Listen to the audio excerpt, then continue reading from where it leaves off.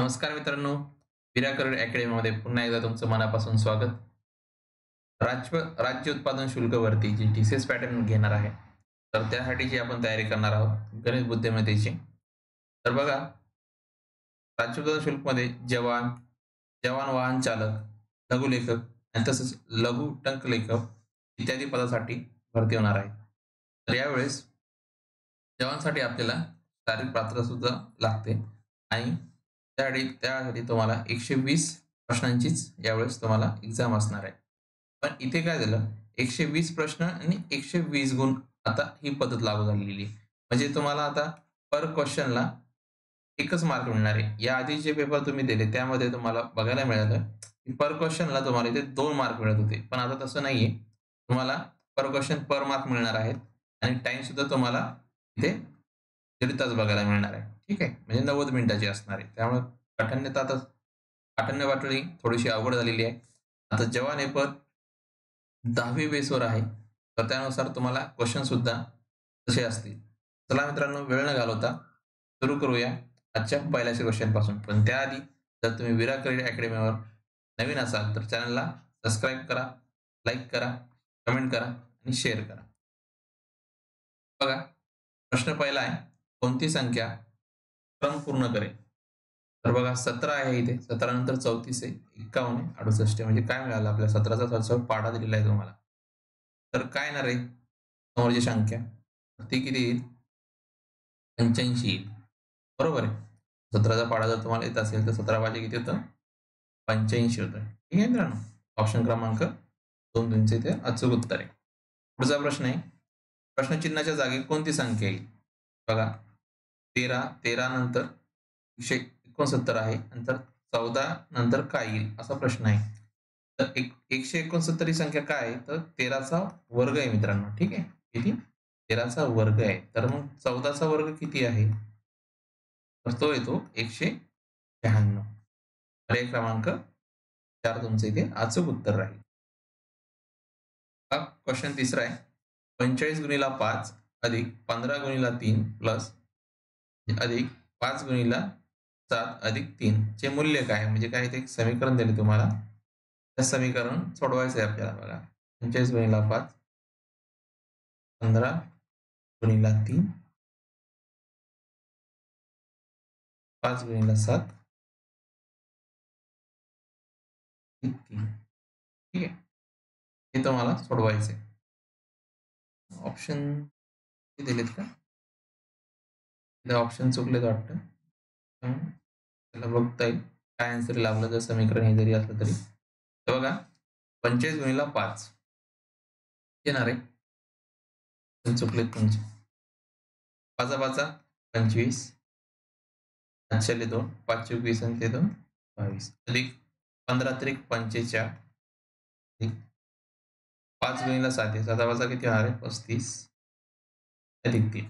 मध्ये काय अधिक गुणाकार येतो, त्यामुळे सगळीकडे आधी गुणाकार करून घेतला आपण. ठीक आहे. आणि आता करणार आहे बेरीज. त्या उत्तर मिळेल बघा. 5 आणि 5 10, 5 15, 3 18. 5 ला 1, 1 आणि 2 3, 3 आणि 4 7, 7 आणि 3 10. 10 शून्य, 5 ला 1, 2 आणि 1 3. पूर्ण संख्या किती होणार आहे? 308. म्हणजे जर यांचा गुणाकार आणि बेरीज जर केली तर त्याचं उत्तर काय येतं तुम्हाला? 308 येतं. ठीक आहे. बघा, क्वेश्चन 4. दिलेली विधाने आणि निष्कर्षावर आधारित योग्य पर्याय निवडायचा आहे. ठीक आहे. तर बघा, विधान काय म्हणतं? सर्व खिडक्या दरवाजे आहेत.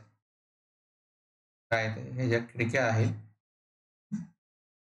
सर्व खिडक्या काय आहेत? दरवाजे आहेत.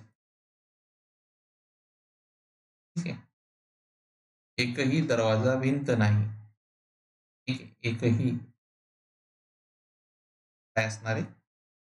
भिंतीची नाही. या खिडक्या आहेत. निष्कर्ष बघा काय म्हणतोय? काही खिडक्या भिंती नाहीत. काही काय जर सगळे दरवाजेच म्हणजे दरवाजेच पूर्ण रिलेशन जर भिंतची नाही, खिडक्याचं कसं आहे? तर काही खिडक्या भिंती आहेत, हा निष्कर्ष तसाही चुकीचा आहे. एकही भिंत दरवाजा नाही. सो दरवाजाचा संबंध भिंतीशी नाहीये, तसं भिंतीचा दरवाजाशी असणार आहे का? नाही, तर हे पर्याय बरोबर आहे. काय म्हणणं आहे याचं निष्कर्षामध्ये? आपल्याला पर्याय क्रमांक 2 बरोबर आहे. ठीक आहे. इथे निष्कर्ष 2 बरोबर. इथे 2 वेळा हे झाले. ऑप्शन क्रमांक 3 तुमचं इथे अचूक उत्तर आहे. ठीक आहे. ब्रेन मिस्टेक आहे मित्रांनो.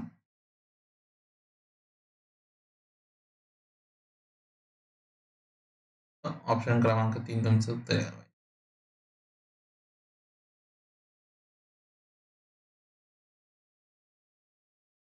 नेक्स्ट क्वेश्चन घेऊ.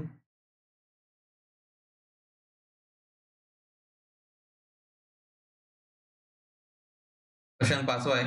दिलेल्या क्रमाच्या संदर्भात खालीलपैकी काय योग्य आहे? काय म्हणणं आहे की एल पेक्षा लहान आहे, ते एल एम पेक्षा लहान आहे आणि एम एन पेक्षा लहान आहे आणि एन हा ओ पेक्षा लहान आहे. ठीक आहे. तर हा क्रम आपण असाही लिहू शकतो. ए मोठा आहे एन पेक्षा, एन मोठा आहे एम पेक्षा, एम मोठा आहे एल पेक्षा, एल मोठा आहे ए पेक्षा. ठीक आहे. तर बरं बघा काय म्हणणं आहे. एम हा लघुत्तम आहे. सगळ्यात लहान एम आहे का? तर नाही. पर्याय क्रमांक 1 चुकलेला आहे. आपल्याला काय करायचं योग्य. ठीक आहे. ओ हा मोठा आहे एन पेक्षा. ओ हा मोठा आहे. सॉरी. पर्याय म्हणतो ओ लहान आहे एन पेक्षा. इथं ओ मोठा आहे ना. हा पर्याय चुकला. नंतर काय म्हणणं आहे. ओ महत्तम आहे. म्हणजे ओ सगळ्यात मोठा आहे. तर सगळ्यात मोठा जर कोण म्हटलं तर ओ आहे. तर पर्याय क्रमांक 3 इथे योग्य जात आहे. नंतर म्हणणे एन लहान आहे एम पेक्षा.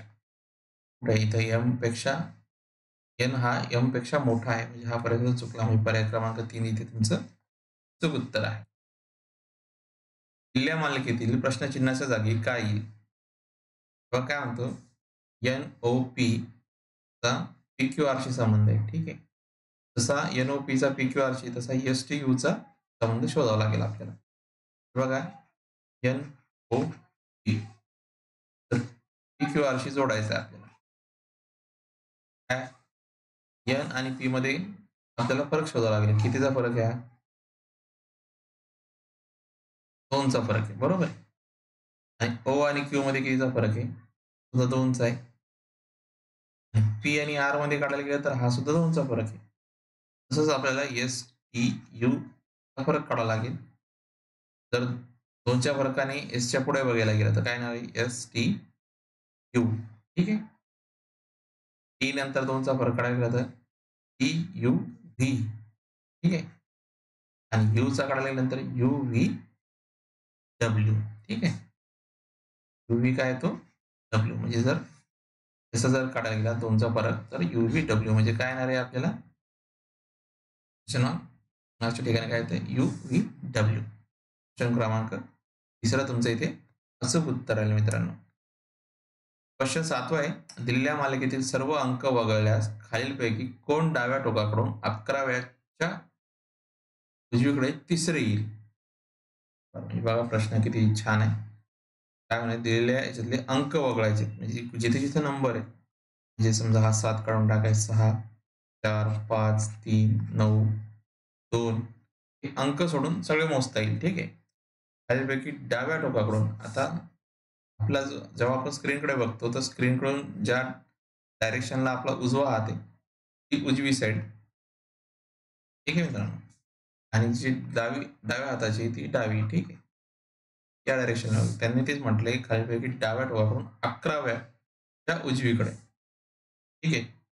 आता बघा 1, 2, 3, 4, 5, 6, 7, 8, 9, 10, 11. ठीक आहे. या 11च्या उजवीकडे तिसरे. याच्या उजवीकडे तिसरे म्हटल्यावर कोणतं? 1, 2, 3. उजवीकडे म्हटलं ना. इथं काय असतं जेव्हा ऑप्शन क्रमांक 4 आपला अचूक उत्तर आहे. डावी आणि उजवी. ठीक आहे. जेव्हा 2 बाजू दिलेल्या असतात, डावी आणि उजवी, तेव्हा या दोघांची काय होती? बेरीज होते. म्हणजे हे 11 प्लस 3 किती? 14 होणार. जेव्हा दोन्ही बाजू सारख्या असल्या जसं की डावी आणि डावी दिलेली, हे काय असतं? वजाबाकी असते. उजवी आणि उजवी दिली असती, तर दोघांमध्ये काय करता येईल? वजाबाकी करता येईल. ठीक आहे. तर हा एक पॉइंट तुम्ही लक्षात ठेवा. इथं एक डावी आणि एक उजवी दिलेली आहे. म्हणून काय केलं आपण पुढे गेलो. हे 11 प्लस 3 14 जर धरलं तर 14व्या याच्यावर झेड येतो कोणीकडून? डावीकडून. ठीक आहे. ऑप्शन क्रमांक 4 तुमचं याचं उत्तर आहे. क्वेश्चन 8 आहे. गुणाकार म्हणजे वजाबाकी असेल, भागाकार म्हणजे बेरीज असेल, तर बेरीज म्हणजे भागाकार असेल आणि वजाबाकी म्हणजे गुणाकार असेल. तर 75 अधिक 5 भागीला 10 गुणिला 5 चे मूल्य किती असेल? तेव्हा समीकरण काय म्हणतंय? समीकरण असं आहे आपलं 75 अधिक 5 भागीला 10 गुणिला 5. चिन्हाची अदला बदल आहे. जिथं बेरीज आहे तिथं काय आहे? तिथं मित्रांनो भागाकार आहे. ते भाग देणार आपण याला. आपण याला असंही लिहू शकतो. जिथे भागाकार आहे तिथं बेरीज दिलेली आहे.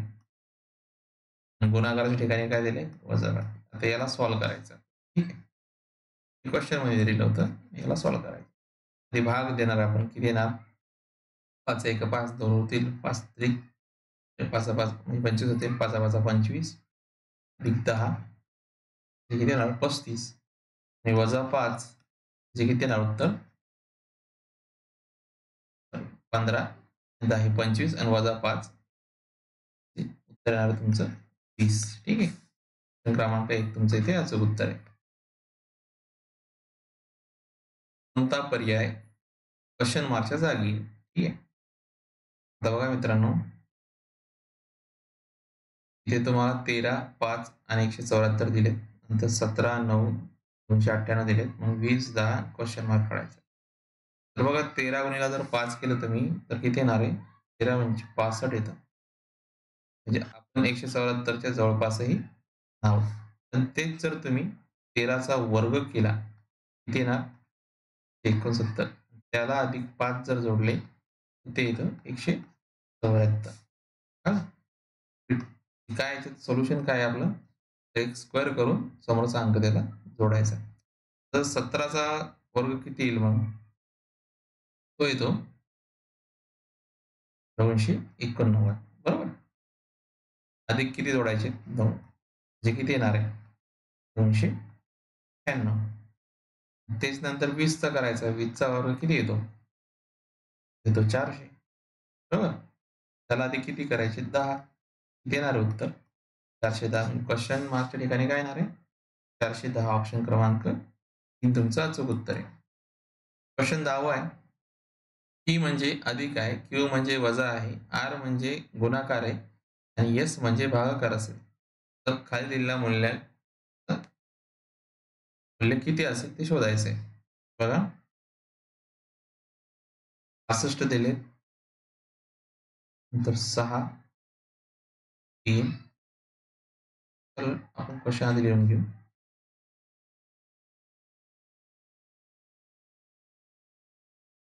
ठीक आहे. आता S म्हणजे काय दिलेलं आहे आपल्याला इथे?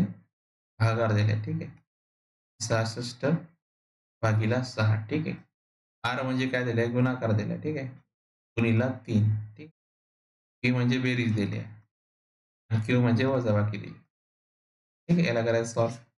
66 भागीला 6 म्हणजे किती येणार इथे 11 गुणीला किती आहे 3 अधिक 5 वजा 6 नंतर येणार गुणाकार 11 त्रिक 33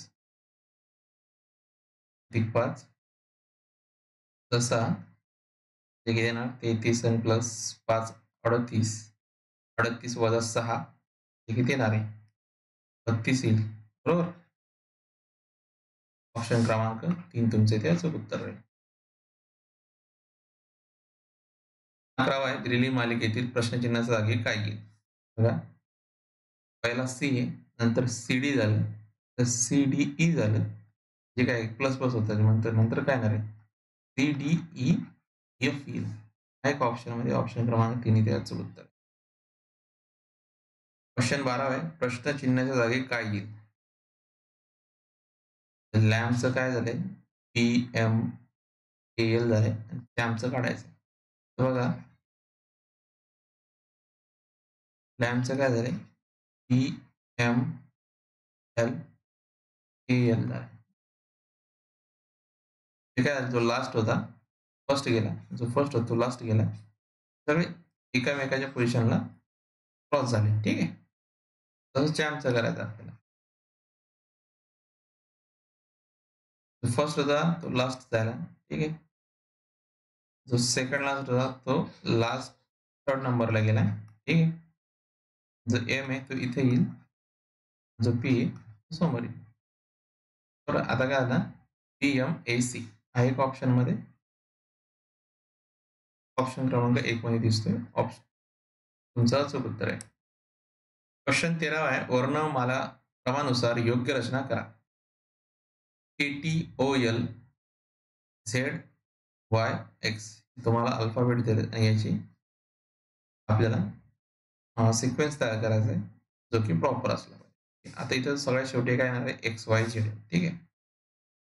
XY हे तर सगळ्याला माहिती आहे. तर KL सिक्वेन्स आहे.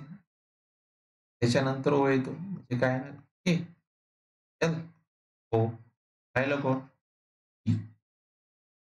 त्याला सिक्वेन्सच बनला आपला. ते कुठे दिसतो आपल्याला, KLOTXYZ. ऑप्शन क्रमांक 3 तुमचे ते चूक उत्तर आहे. ठीक आहे. योग्य क्रमाने रचना करा. प्रश्न 14 आहे मित्रांनो. एवढे सोपे प्रश्न येत आहेत तुम्हाला. हा हा प्रश्न तुम्हाला आरोग्य विभागाच्या गट ड या पदासाठी विचारला गेला आहे. मॅथ रिझनिंग मध्येच बरं. ठीक आहे. बघा मित्रांनो काय म्हणतोय, स्वयंपाक, शेत, खाणे, गहू याचा योग्य क्रम लावायचा आहे. साहजिक आहे. आधी काय येणार, शेत. शेतामध्ये काय करणार आपण, गहू पेरणार. गहू काढल्यानंतर दळून बिळून करून तो कुठं जाणार, स्वयंपाक घरात जाणार. बरोबर. स्वयंपाक घरात बनल्यानंतरच तो काय मिळणार आपल्याला, खायला मिळणार. ठीक आहे. जे काय ते इथं हे 2 गहू चौथ्या नंबरला आहे, स्वयंपाक 1 नंबरला आहे. सगळ्यात शेवटी काय येते, 3 नंबर. 2 4 1 3 आहे का, ऑप्शन क्रमांक 2 आपला उत्तर आहे. ठीक आहे. Next question. ओडिशा ज्या तऱ्हेने बंगालच्या उपसागराशी संबंधित आहे, त्याच तऱ्हेने गोवा झाली ते, गोवा आहे मित्रांनो. गोवा खालीलपैकी कशाशी संबंधित आहे. ओडिशाचा संबंध बंगाल, म्हणजे काय म्हणायचे, जो आपला मॅप आहे ना इंडियाचा, जे ओडिसा राज्य आहे हे बंगालच्या उपसागराच्या जवळ आहे. ठीक आहे. गोवा कुठे आहे, गोवा आपल्या इथे आहे, महाराष्ट्राच्या खाली गोवा. गोवा कोणाच्या शेजारी आहे, तर हे काय, अरबी समुद्राच्या. बरोबर. कारण की आपल्या भारताच्या पूर्वेस बंगाल उपसागर आहे आणि पश्चिमेस अरबी समुद्र आहे. म्हणजे ऑप्शन क्रमांक 3 तुमचे अचूक उत्तर. नामामध्ये लगेच आधी व्यंजने आणि लगेच नंतर संख्या येते अशी किती व्यंजने आहेत. खालील क्रमामध्ये लगेच आधी व्यंजने आणि लगेच नंतर संख्या येते अशी किती व्यंजने, तुम्हाला माहितच आहे. व्हॉइस किती येतात आपले, ए, ई, आय, ओ, यू. आधी व्यंजन पाहिजे, त्याच्यानंतर संख्या पाहिजे. म्हणजे काय, हे सोडून, म्हणजे कोण, समजा बी असेल, बीच्या आधी काय असला पाहिजे, सी असला पाहिजे, सी नंतर एखादी संख्या असली पाहिजे. असा पॅटर्न शोधायचा आहे. फक्त काय चालणार नाही, व्यंजने म्हणजे हे नाही चालणार, स्वर नाही चालणार. ठीक आहे, व्यंजने चालते. बघा, 2 व्यंजने कंटिन्यू कुठे येतात बघा. इथं आय म्हणजे काय, स्वर आहे, तर हा नाही धरता येणार. इथं MJ3, ओके चला हे चालते. त्याच्यानंतर काय, सिम्बॉल आहे का, नाही, सिम्बॉल दिलेलाच नाही. NS दोन्ही व्यंजने, पण नंतर ई आहे, स्वर मागितला का, नाही. इथे बघा, XY दोन्ही काय व्यंजने आणि नंतर संख्या आहे, हे चालते. नंतर तर संपली, मालिका संपली, पुढे काहीच नाहीये. हॅश आहे, 8 आहे, 9 आहे. तर 2 वेळा आक्रम बघायला मिळाला. ऑप्शन क्रमांक 1 तुमचं अचूक उत्तर आहे. 17 आहे. सीमा बाजारात जात असताना तिला वाटेत एक स्त्री भेटली. ती स्त्री सीमाच्या वडिलांच्या सासऱ्याची एकुलती एक मुलगी होती. काय सीमा आहे बाबा. तिला स्त्री भेटली एक. ठीक आहे. सीमाच्या वडिलांच्या सासरच्याची. सीमाचे जे वडील आहे पाहिजे. डायग्राम पुढे खाली डायग्राम काढते. क्वेश्चन सोपा आहे तरी तुम्हाला ड्रॉ करून दाखवतो. सीमाचे वडील ठीक आहे त्यांच्या सासऱ्याची एकुलती एक मुलगी जे कोण असणार आहे सासऱ्याची जी एकुलती एक मुलगी कोण असणार आहे त्या स्त्रीच्या सीमाशी काय संबंध म्हणजे सर्वस्वी कोण निघते तिची आई निघते ना क्रमांक 3 उत्तर आहे की दिलेली विधाने निष्कर्षावर आधारित योग्य पर्याय निवडा. विधान काय म्हणते एकही प्रेक्षक सभागृह नाहीये. एकही प्रेक्षागृह आहे तिचा एकही प्रेक्षागृह काय सभागृह नाहीये. सर्व चित्रपट सभागृह आहे. त्या सभागृहात काय चित्रपट आहे.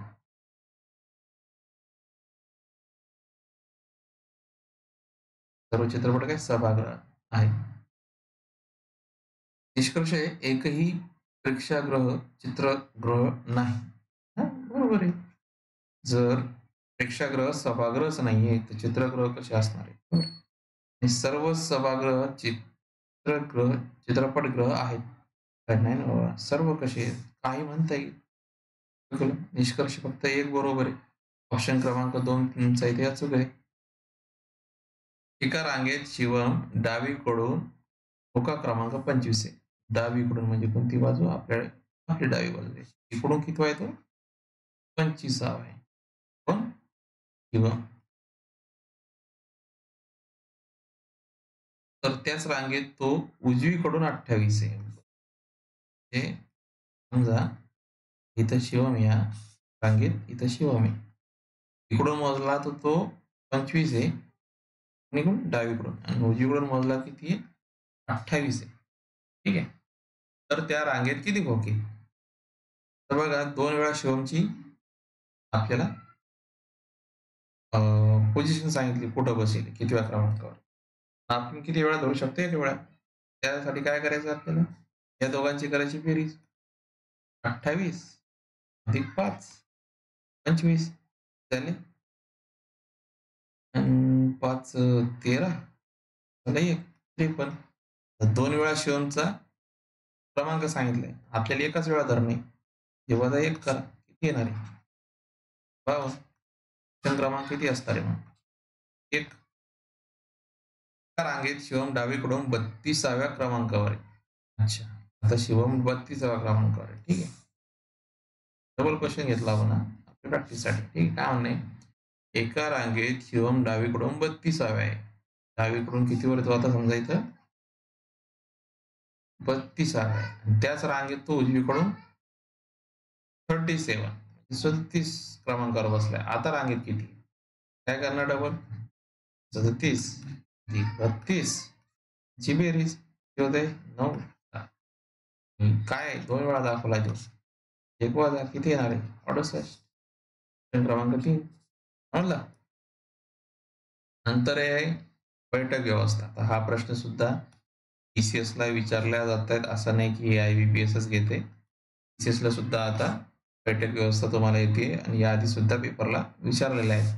बघा काय म्हणतोय एक वर्तुळाकार टेबल आहे किती जण येते 6 जण आहे ABCDEF 6 जण आहे. ठीक आहे 6 लोक बसवायचे आपल्याला. कधी बैठक व्यवस्था काढताना 2 पोझिशन ड्रॉ करून घ्यायच्या. ठीक आहे मित्रांनो. हे काय होतं गणित चुकत नाही. गणित चुकवायचं नाही म्हटल्यावर काय व्यवस्थित लक्ष द्यायचे. बघा काय म्हणतोय ए हा ईच्या अगदी समोर बसलेला आहे. F आणि D यांच्या दरम्यान बसलाय. ठीक कोण ए हा ईच्या अगदी समोर समजा ए इथे ईच्या समोर बसलाय. ठीक आहे. बसलाय आणि एफ आणि डी यांच्या दरम्यान बसलाय. पण आता एफ आणि डी उजवीकडून एफ आहे का डावीकडून डी आहे हे असं काही सांगितलंय का? नाही. त्यामुळे आपल्याला इथं 2 पोझिशन घेणे. काय करायचं एकदा एकदा ई एच्या डावीकडे बसवायचा आणि एकदा ई उजवीकडे बसवायचा. एकदा डी उजवीकडे आणि एकदा डावीकडे. ठीक आहे. आता बघा काय म्हणतं पुढचं. बी आणि डी हे शेजारी नाही. बी आणि डी शेजारी नाही. आता दोन्हीकडे काय एक-एकच जागा खाली आहे. साहजिक आहे. बी इथं येणार आहे का? नाही. एफ आहे आपला, ई नाही.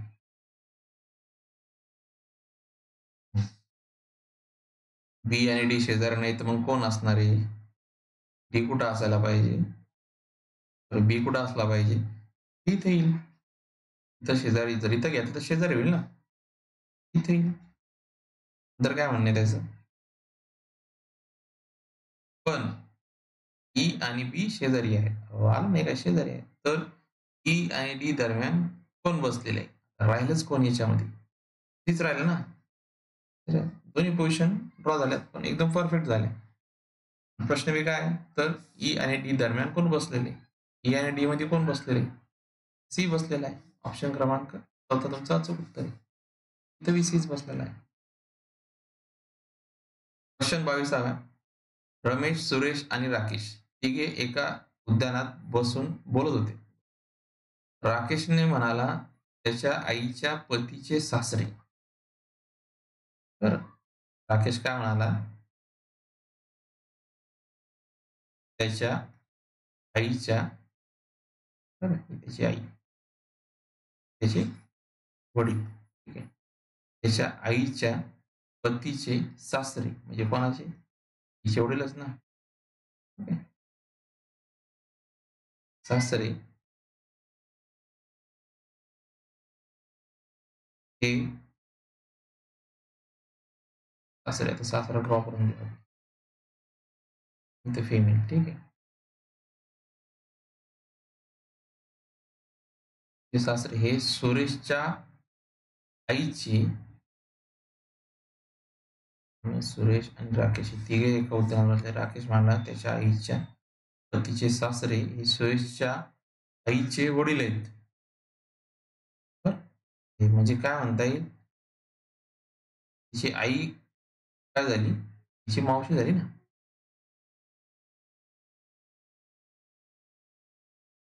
हे समजा त्याचे वडील. बॉक्स करून घेऊ आपण. ठीक आहे.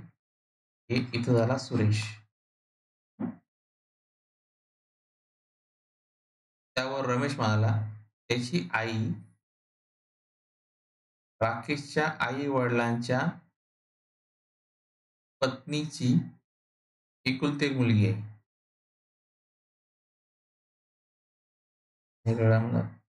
तर त्याची आई कोणाची? रमेशची हां. आता रमेश इथं कोण-कोण बसलंय? इथं बसलाय सुरेश, इथं बसलाय राकेश. आता रमेश बोललाय त्याची आई राकेशच्या आईच्या वडिलांची बघा प्रश्न किती छान गंमत. त्याची आई राकेशच्या आईच्या वडिलांची पत्नीची राकेशच्या आईच्या वडिलांच्या पत्नीची एकुलती एक मुलगी आहे. ठीक आहे. म्हणजे कोण झाला हा रमेश? राकेशचा भाऊच झाला ना. एकुलती एक आहे ना ती. तेच सगळ्यात पहिले लिहिलेलं आहे. एकुलती एक. तर तिघांच्या एकमेकांचे नाते काय? हे कोण झाले? भाऊ झाले. पण कसे? चुलत भाऊ. चुलत आपल्याकडे काय म्हणतात?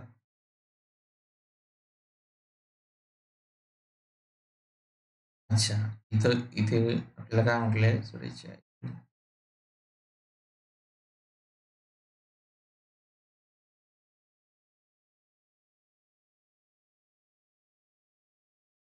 बघा ना, त्यांचा काही संबंध झाला नाही. बघा सासरे सुरेशच्या आई-वडिलांचे वडील आहेत.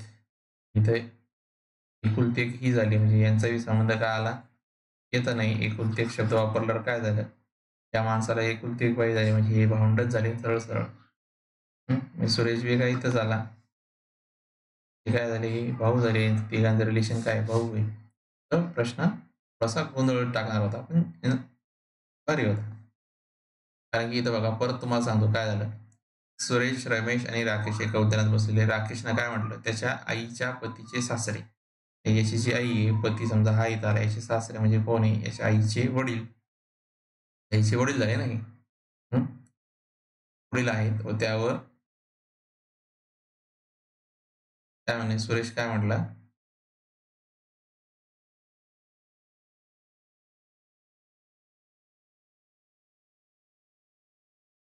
बरोबर. तर त्याच्यानंतर रमेश म्हणला, इथे रिलेशन निघलं की बाबा त्याच्या आईचे सासरे हे सुरेशच्या आई-वडिलांचे आई-वडील आहेत. सुरेशच्या आई-वडिलांचे सासरे सुरेशचे आई-वडील आहेत. थोडासा इंटरेस्टिंग क्वेश्चन पण बघू समोरचा. समोरचा क्वेश्चन बघितल्यानंतर वापस गोंधळात टाकणार आहे. एकदा हे 25 क्वेश्चन फिनिश करून वापस त्यावर येतो. ठीक आहे. एका रांगेत ए, बी, सी, डी, ई आणि एफ ह्या 6 व्यक्ती आहेत. ठीक आहे. एका रांगेत 6 व्यक्ती दिलेत. ए आणि एफ यांच्या दरम्यान 2 व्यक्ती आहेत. तर बघा इथे 2 पोझिशन घ्या आपण. तर ए आणि एफ यांच्या दरम्यान 2 व्यक्ती आहेत. हे घेतलं. त्याच्यात डायरेक्शन दिलेलं नाही मित्रांनो. ठीक आहे. त्याच्यामुळे एकदा आपण डावीकडे आणि एकीकडे उजवीकडे घेतो. ठीक आहे. आता काय म्हणतो? ए हा सी आणि डी यांच्या दरम्यान आहे. बरं. सी आणि डी यांच्या दरम्यान कोण आहे? ए आहे. यात डबल पोझिशन दिली का? नाही. बी, एफ हा बी आणि ई यांच्या दरम्यान आहे. ठीक आहे. इथे एक पोझिशन आली, इथे एक पोझिशन आली. ठीक आहे. नंतर काय म्हणणे? पण बी कोणत्याही टोकावर नाही. म्हणजे बी इथे येणार आहे का? नाही. आणि त्याचं म्हणणं काय नंतर मग बी कुठं यायला पाहिजे? इथे यायला पाहिजे. बरोबर आहे. इथे येईल. आणि टोकावर नाही तर. आणि 6च व्यक्ती आहे. आणि बी आणि डी हे दोघे शेजारी नाही. आता बघा प्रॉब्लेम सॉल्व्ह झाला. जर डी इथे घेतला, तर बीचा शेजारी येईल म्हणजे डी घेता येईल इथे आणि सी आणि डीच्या मध्ये काय असणार आहे? ए असणार आहे. कळायच्या पोझिशन असल्या किती व्यक्ती ते 6च होते. खालची डायग्रामची गरज पडली का? नाही. पण तरी स्टेटमेंट आहे. पण ई आणि एफ हे शेजारी नाही. आता आता अजून गोंधळात झाला. कारण की काय आहे, एफ हा बी आणि ई दरम्यान आहे. पण टोकावर नाही असं म्हटलेलं आहे. म्हणजे काय होईल, जर समजा मी इथे जर या 2 पोझिशन वाढवल्या, ठीक आहे. काय म्हणणे बी आणि ई यांच्यामध्ये आहे. ठीक आहे. तर मला बी इथे घेता येईल आणि ई इथे घेता येईल. ठीक आहे. दोघांच्या मध्ये म्हटले ना त्यांनी. नंतर काय म्हटले त्यांनी, इकडे काय दिलंय, ए हा सी आणि डी दरम्यान आहे. इथं तसा बसणार नाही. Interesting question. डी आणि डी शेजारी नाही तर डी आपण इथे बसवला तर हे झालं होतं. समोर स्टेटमेंट दिलं पण ई आणि एफ हे शेजारी नाहीत. बघा सिटिंग अरेंजमेंटचे सुद्धा इंटरेस्टिंग बनले.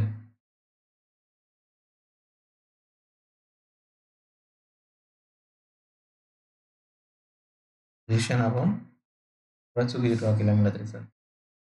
ए हा सी आणि डी दरम्यान आहे पण किती हे त्यांनी डिफाईन नाही केलं. ठीक आहे. तर समजा आपण डी इथे घेतला, सी इथे येईल. बरोबर आहे.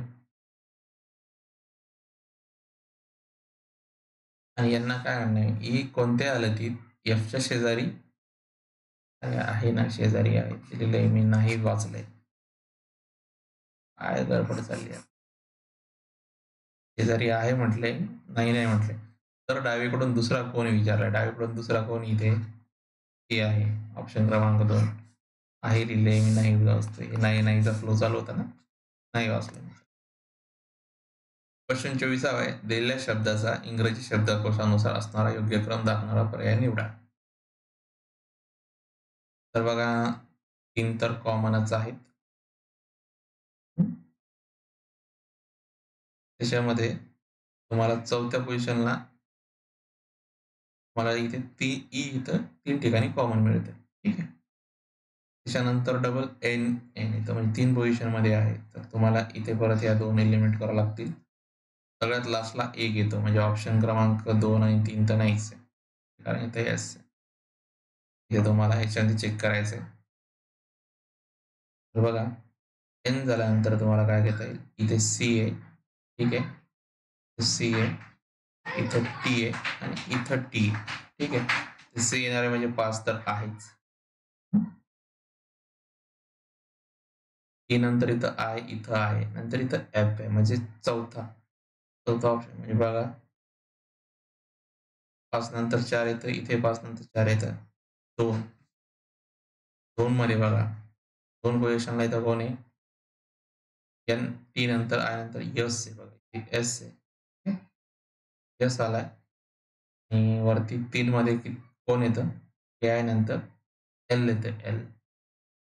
एल आधी काय, एस आधी? तर काय साहजिक आहे, एल आधी आहे. ऑप्शन क्रमांक 4 तुमचा योग्य सिक्वेन्स आहे.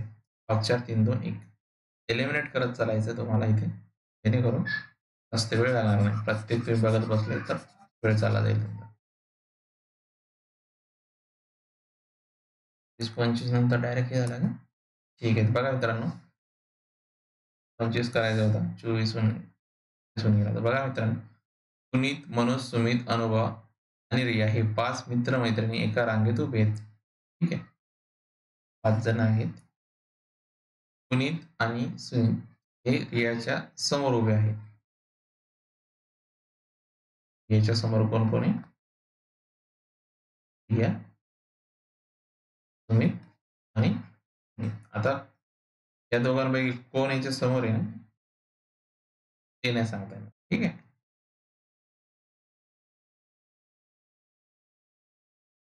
एकदा सुमित येऊ शकतो आणि एकदा पुनीत येऊ शकतो. ठीक आहे. पण आहे किती 5 जण आहेत. ठीक आहे. सुनीत हा रिया आणि अनुभव यांच्या मागे उभे आहे. कोण?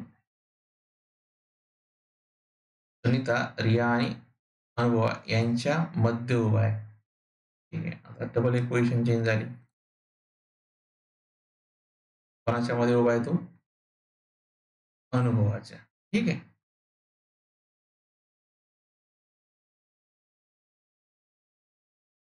नंतर आता एकच जण राहिले. सुनीत आणि मनोज यांच्यामध्ये रिया उभी आहे. यांच्यामध्ये उभी आहे सुनीत आणि मनोजमध्ये. सगळ्यात समोर कोण आहे मग? पुनीत आहे. रांगेत पहिला आणि पहिला कोण उभे? कोण आहे बाबा? पुनीत आहे सर्व सरळ. क्रमांक 3. तर आपला ब्लड रिलेशनचा क्वेश्चन सॉल्व्ह करायचा बाकी होता. एकदा त्या प्रश्नाकडे परत वळूया. जास्त वेळ नाही घेणार, लगेच सॉल्व्ह करू. आता जेव्हा एखाद्या प्रश्नाची काही आपण जर अटकलो, तर साहजिक आहे मित्रांनो, जास्त वेळ नाही घालवायचा. परत पुढच्या प्रश्नावर जायचं. त्याला परत सॉल्व्ह करायचं. तुमचा आन्सर लगेच निघेल. तिघजण कोणी? रमेश, सुरेश आणि राकेश. ठीक आहे. तिघे एका उद्यानात बसलेले आहेत. तर राकेश म्हणाला. कोण म्हणतोय? राकेश म्हणतोय. जसं राकेश म्हणतो ना, तर राकेशची पोझिशन आधी घेणार आहोत. त्याच्या आईच्या पतीचे सासरे, म्हणजे त्याच्या आईचे वडील, बरोबर आहे? त्याच्या आईचे वडील. हं?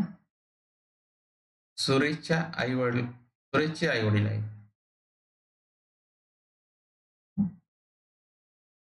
म्हणजे काय झालं? हां, म्हणजे आईचे पतीचे सासरे, याचं काय झालं? सुरेशचे